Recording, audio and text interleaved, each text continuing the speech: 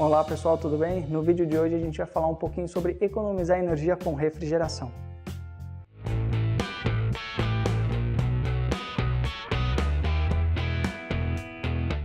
Quando nós falamos de economizar energia com refrigeração, existem dois pontos que é muito importante se atentar.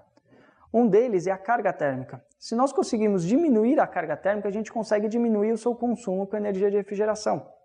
E o segundo ponto é a eficiência do sistema de refrigeração. Isso é interessante porque é muito comum, quando se quer economizar energia com refrigeração, prestar muita atenção no segundo ponto, que é a eficiência do sistema, que obviamente você tem que ter, que seria instalar inversor de frequência, ventilador eletrônico, válvula de expansão eletrônica.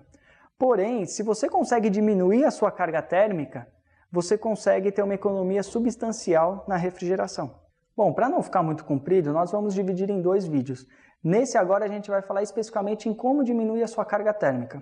No próximo a gente vai abordar mais em como melhorar a sua eficiência no sistema de refrigeração. Bom, primeiramente vamos entender como que nós podemos diminuir a carga térmica. Para isso é interessante entender os fatores que influenciam nela.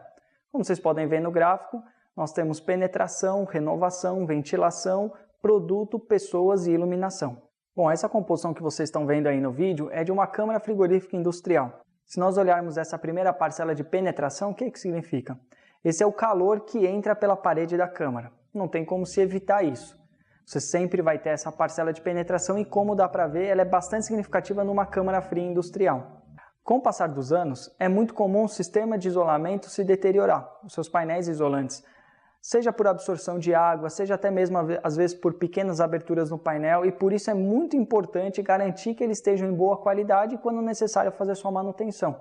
Um outro problema muito comum de penetração de ar é pelas portas. É muito importante evitarmos aberturas excessivas de porta e também garantir que ela está em boa qualidade, pois é muito comum com o tempo, devido às aberturas de portas, você ter problema nas borrachas, na vedação da sua porta, o que vai aumentar a sua carga térmica. Um outro ponto também bastante importante no quesito de penetração de calor, você tomar cuidado no seu projeto.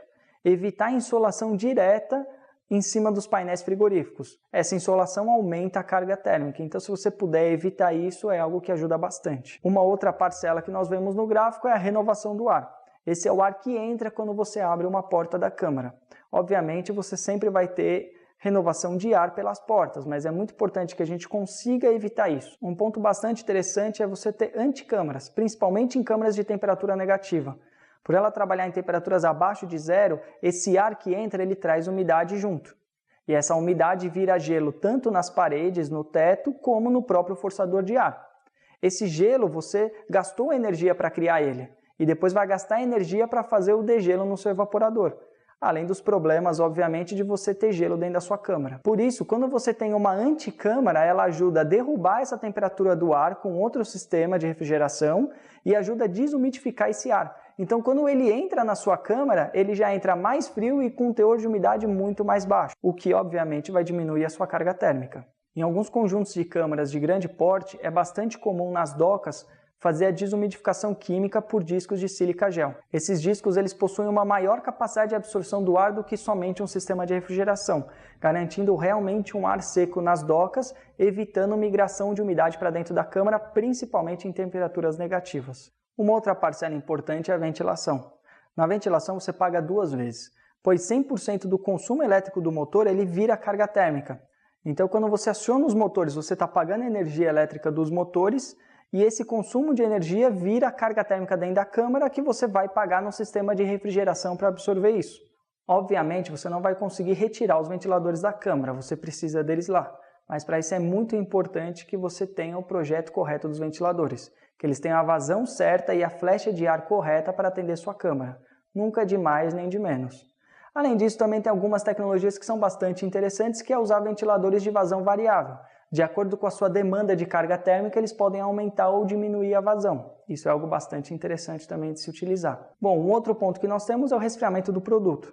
Nem sempre o seu produto vai entrar na mesma temperatura que a câmara, então você precisa tirar uma parte dessa carga térmica do produto. É sempre interessante estudar se você não tem como retirar essa carga térmica num outro sistema mais eficiente e depois levar para a câmara apenas para armazenamento. Muitas vezes os clientes eles tentam congelar os produtos ou resfriar os produtos dentro de câmaras de armazenamento. Isso faz com que eles gastem mais energia.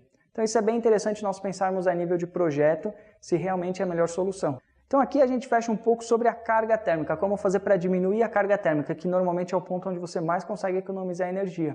E só um exemplo, recentemente os supermercados eles têm fechado os expositores. Antigamente você tinha aqueles expositores de autosserviço que eram abertos.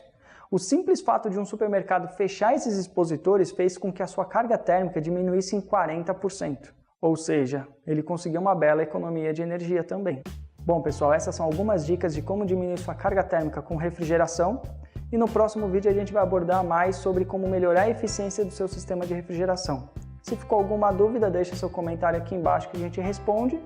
Curta e compartilhe nossos vídeos. Até a próxima!